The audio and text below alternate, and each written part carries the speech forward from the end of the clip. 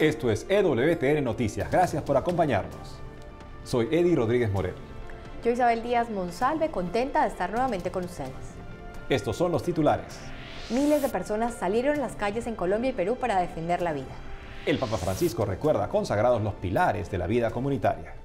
Iniciamos el programa contándoles que en el Perú 800.000 personas salieron a las calles de Lima para participar en la Marcha por la Vida 2018. Nuestro medio especial Miguel Bizárraga estuvo en la manifestación y en el siguiente informe nos comenta todo lo que se vivió. Veamos.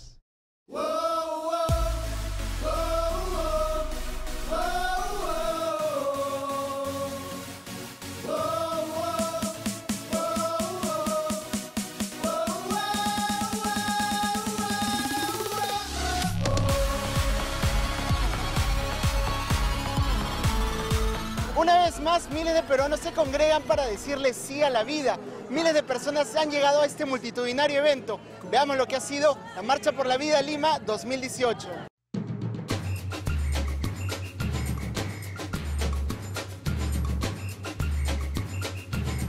La Marcha por la Vida Lima 2018 se convirtió en un multitudinario despliegue de alegría, entusiasmo y ferviente defensa del niño por nacer.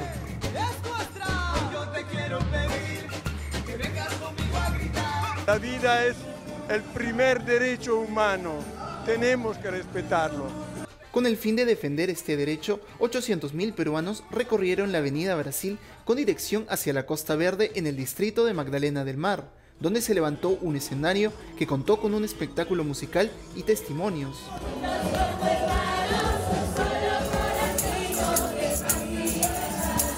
El evento viene realizándose desde hace varios años en la capital peruana y reunió a familias enteras, madres embarazadas, así como jóvenes, ancianos y personas con discapacidad. Ni siquiera los más pequeños se quedaron atrás para decirle sí a la vida.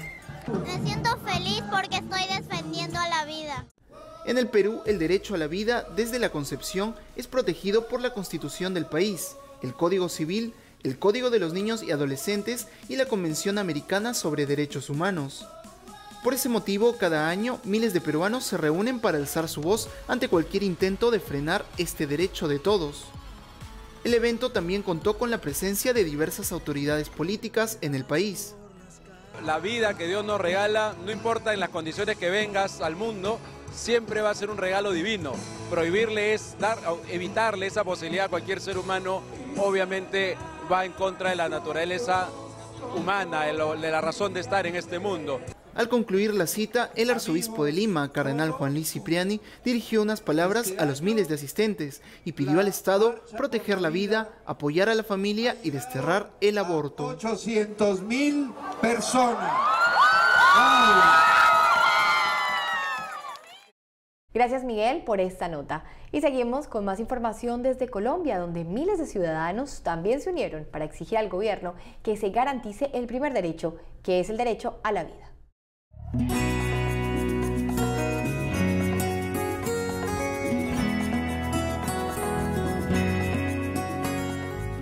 Cerca de 400.000 colombianos salieron el pasado sábado 5 de mayo por las calles de 53 ciudades para participar en la 12ª Marcha Nacional por la Vida.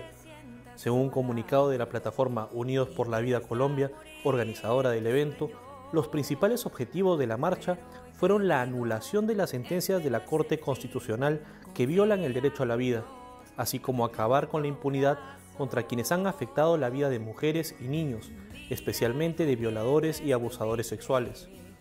De igual manera, los ciudadanos exigieron al gobierno la creación de un organismo estatal que brinde apoyo y atención para las mujeres con embarazos inesperados o difíciles, pues aseguran que hoy la única solución que se les ofrece es el aborto. Dale tu sí a la vida, la muerte no será la salida. Otro aspecto importante que se tuvo presente en este evento fue el cese de la violencia y maltrato ginecobstétrico en el sistema de salud, ya que dar vida no debe ser un motivo más de violencia. Por último, los manifestantes pidieron anular una de las sentencias de la Corte Constitucional que penaliza la eutanasia para adultos y la que ordena la eutanasia infantil. Frente a este panorama, los ciudadanos solicitaron mayor aplicación de la ley de cuidados paliativos y atención médica suficiente y oportuna para los pacientes con enfermedades graves y terminales.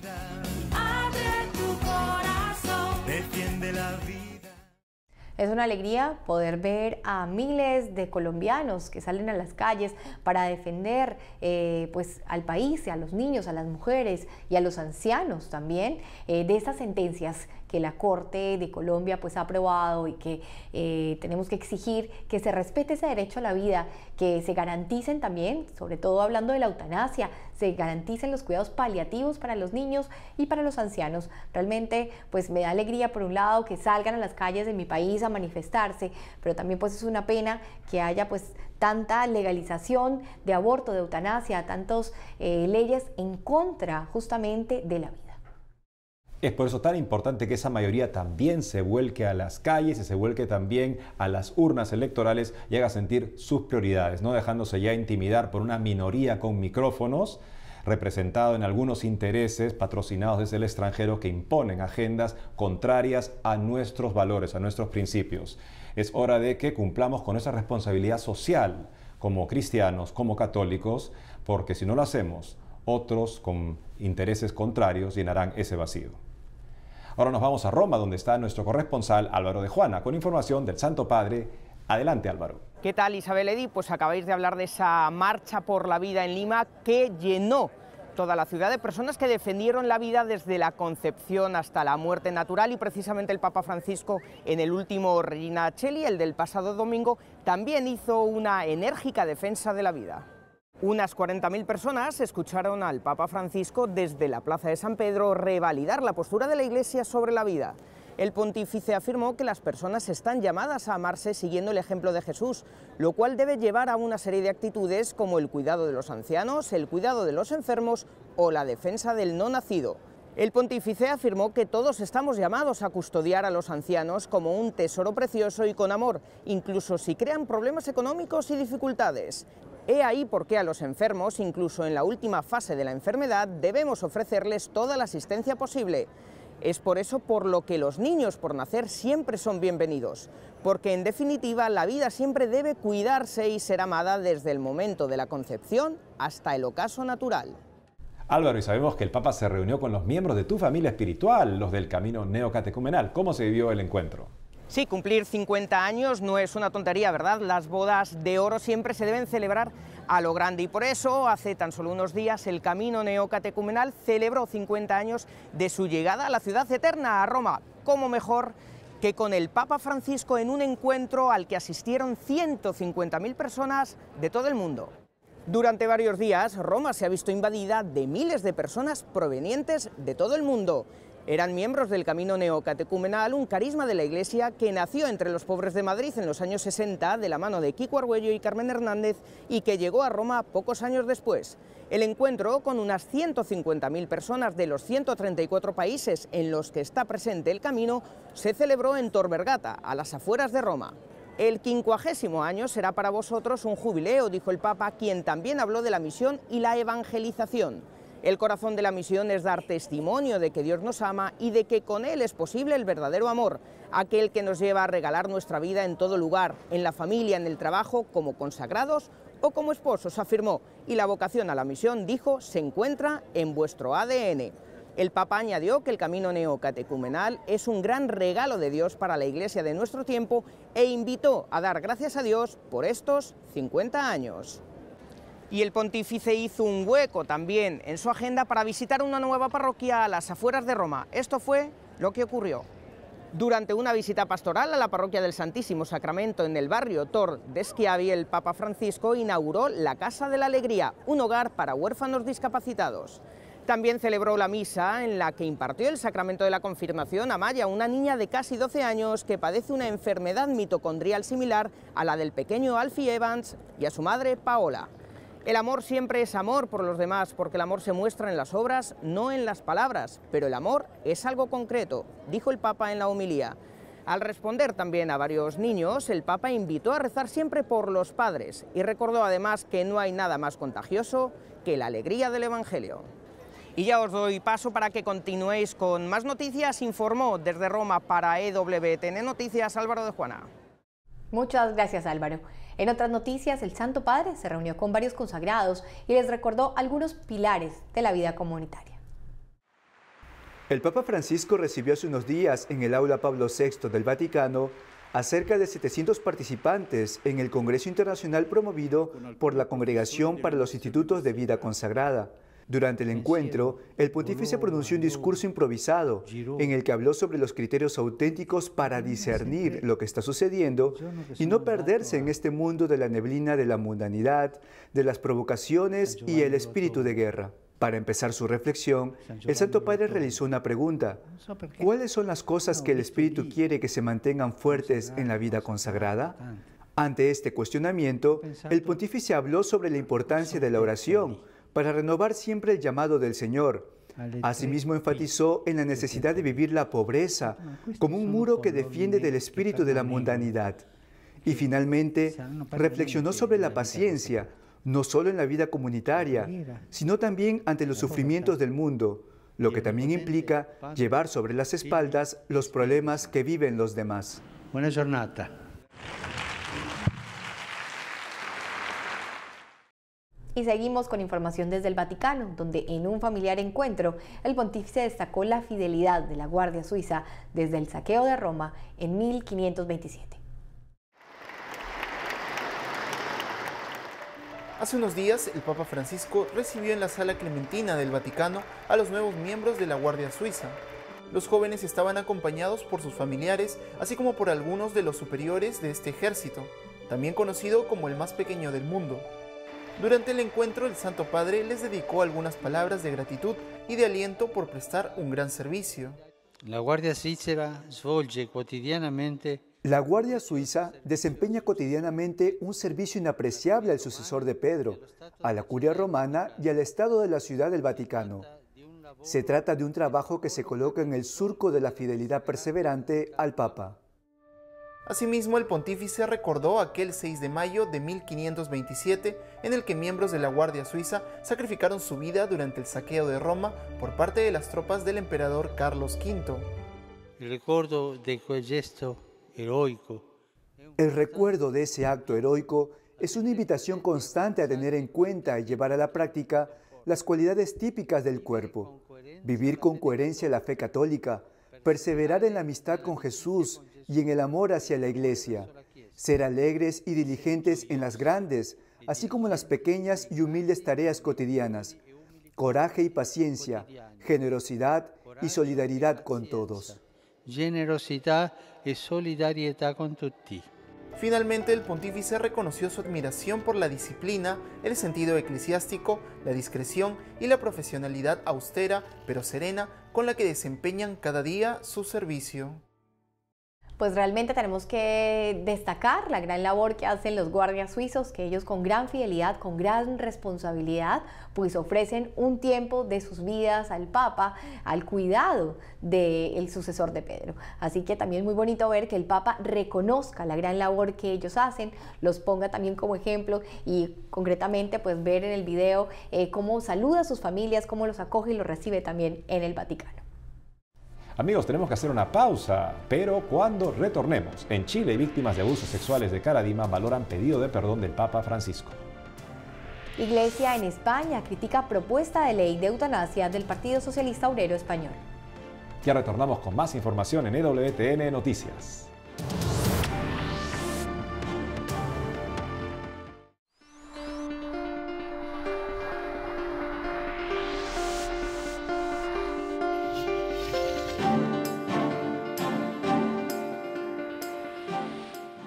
Seguimos con más información. A través de una conferencia de prensa en Roma, las víctimas de abusos sexuales en Chile valoraron el pedido de perdón del Papa Francisco.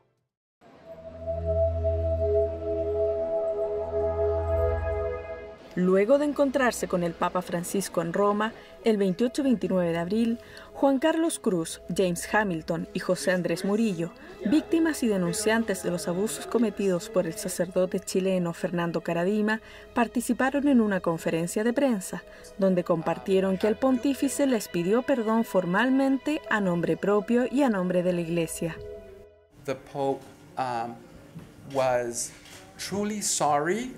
El Papa realmente estaba arrepentido. También sentí que estaba sufriendo, lo cual para mí fue muy solemne. No sé qué otra palabra usar porque no es frecuente que el Papa te pida disculpas. Me dijo, yo fui parte del problema, causé esto y me disculpo contigo. Creo que fue sincero. Los denunciantes fueron recibidos durante casi una semana en Casa Santa Marta y se reunieron en privado por varias horas con el Santo Padre, quien, de acuerdo a Cruz, Hamilton y Murillo, se mostró muy receptivo, atento y empático. Las víctimas también comentaron que durante casi 10 años fueron tratados como enemigos por hablar en contra del abuso sexual y el encubrimiento. Sin embargo, manifestaron que estos días conocieron un rostro amigable de la Iglesia.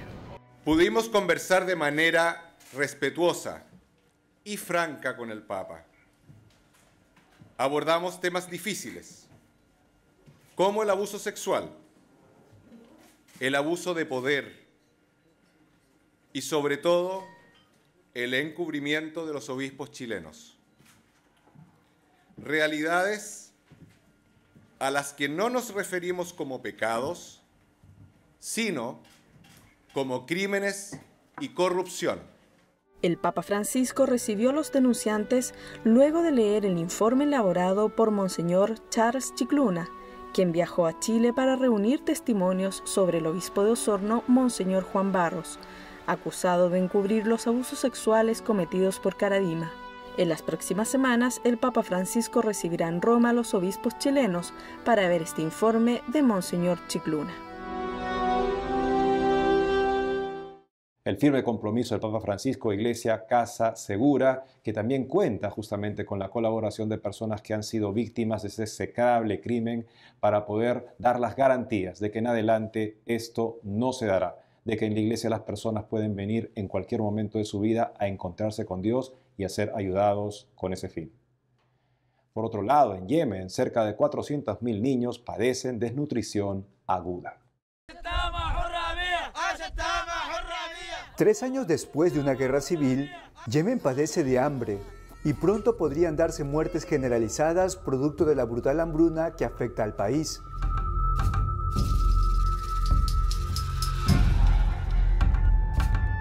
Alrededor de 400.000 niños padecen desnutrición aguda severa y pasan por la etapa de vientres hinchados, señal clara de la falta de nutrientes y proteínas.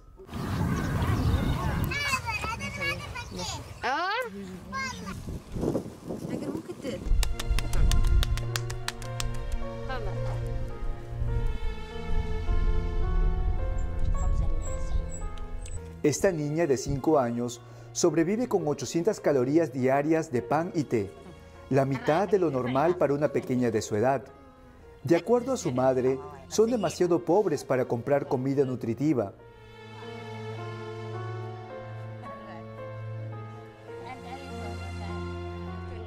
De igual forma, Goma Mohamed, una mujer desplazada del distrito de Moussa, afirma que no le alcanza ni para el desayuno. No tengo nada, ni siquiera tengo para el desayuno. Me siento en mi lugar, me acuesto en la cama y eso es todo.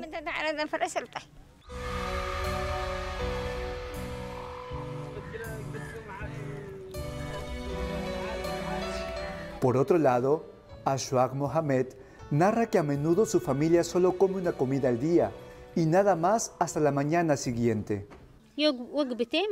En un día omitimos 2 comidas y comemos una. Hace poco nos quedamos sin comida, cenamos y luego volvimos a cenar al día siguiente. Estoy diciendo la verdad, no estoy mintiendo. No soy solo yo, hay muchas personas peores que yo. En mi distrito encuentro a un niño delgado y le pregunto ¿por qué no juegas? Y me dice, porque tengo hambre.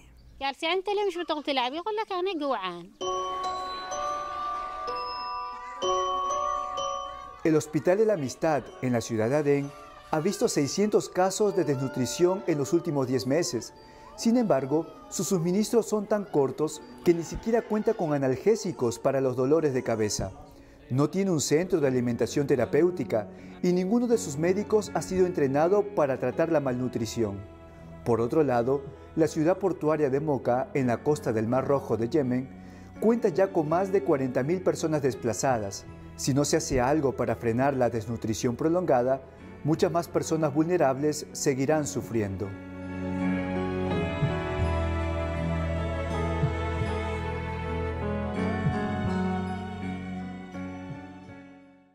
Es muy triste ver esas imágenes, saber lo que está pasando con estos niños. Ojalá que se solucione pronto y que tantos niños puedan recibir por lo menos lo básico que es el alimento. En otras noticias, el Partido Socialista Obrero Español registró una proposición de ley en el Congreso de los Diputados para despenalizar la eutanasia. Ante esta propuesta, el vocero de la Conferencia Episcopal Española, Padre José María Gil Tamayo, señaló que se trata de un monumento a la insolidaridad y al descarte humano que promueve además un falso derecho. Escuchemos. La proposición de ley del Partido Socialista sobre la regulación de la eutanasia es todo un monumento a la insolidaridad y al descarte humano que promueve además un falso derecho, además de un corredor de la muerte voluntario que se pretende introducir en la sociedad española de una manera artificiosa. No hay derecho a esta terrible pretensión de legalización del suicidio en España, porque es lo que es en toda regla. A las personas en situación de debilidad absoluta por la enfermedad o dependencia, hemos de ayudarla con los mejores cuidados paliativos acorde con la inalienable realidad de la persona, que es su derecho a la vida, el derecho a la vida de todo ser humano, y los cuidados de su familia y toda la atención sanitaria que podamos prestarle conforme a esta dignidad. En declaraciones a Vatican News, los obispos de Myanmar expresaron su preocupación por este convulsionado país que padece de la guerra y de las tensiones étnicas y religiosas. Los obispos de Myanmar, o Birmania como también se le conoce, se reunieron en visita ad limina con el Papa Francisco en la Santa Sede. Allí tuvieron oportunidad de compartir preocupaciones en torno a la paz y la reconciliación para su país, azotado por la guerra en la región de Kachin, y por numerosas tensiones entre la mayoría budista y las minorías étnicas y religiosas, donde están también los católicos. Los obispos del estado del norte de Kachin hicieron un llamado a la justicia y la paz, después de los choques entre el ejército y las fuerzas separatistas. Naciones Unidas denunció que el ejército bombardeó las villas de la región y cortó el acceso a la frontera china, negándole a la población la posibilidad de refugiarse.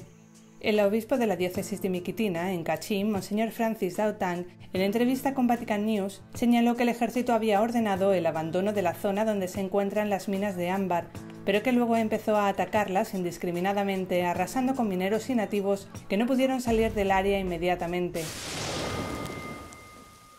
Los que lograron huir han quedado atrapados en la selva por semanas, padeciendo la falta de alimento, medicinas y sin la posibilidad de desplazarse. Monseñor Tang relató cómo los obispos han intentado dialogar con las autoridades para poner un cese al fuego sin obtener resultados hasta el momento. Por eso hizo un llamado a la comunidad internacional a colaborar en la recuperación de la paz y la justicia exigida por la población del estado de Kachin y por todo Myanmar. Por ahora, las autoridades birmanas solo aceptan reunirse con los obispos católicos, razón por la cual estos se han convertido en portavoces de los líderes de otras confesiones religiosas y de la población en general.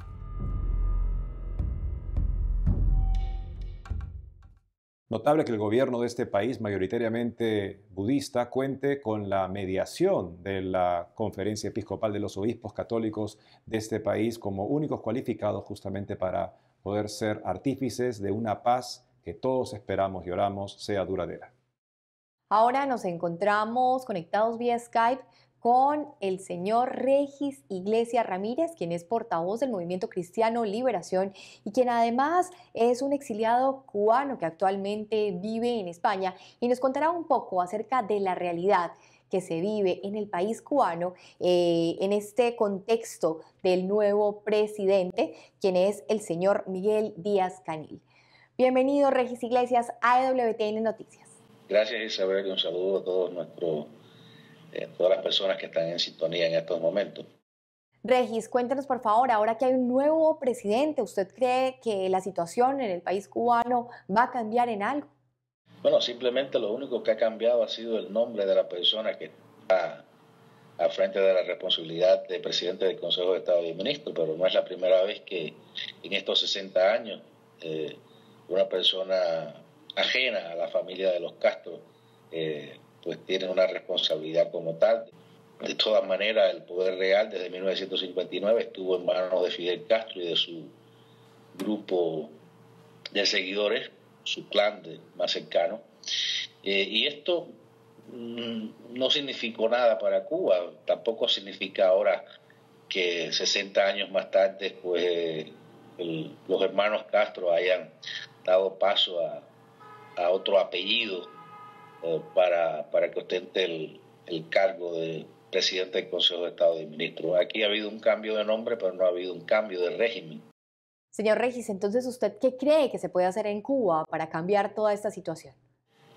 De hecho, el Movimiento Cristiano Liberación ha solicitado durante muchos años un referendo que ha estado apoyado de la ley a la ley por más de 35.000 ciudadanos cubanos con derecho al voto, para que se reconozcan en la ley, digamos que algunos derechos que la Constitución enuncia. El régimen no ha respetado esto, de hecho, costó desde el 2003 costó una ola represiva que costó la cárcel a 75 activistas de la oposición y que culminó con el destierro de más de 40 de nosotros hacia España.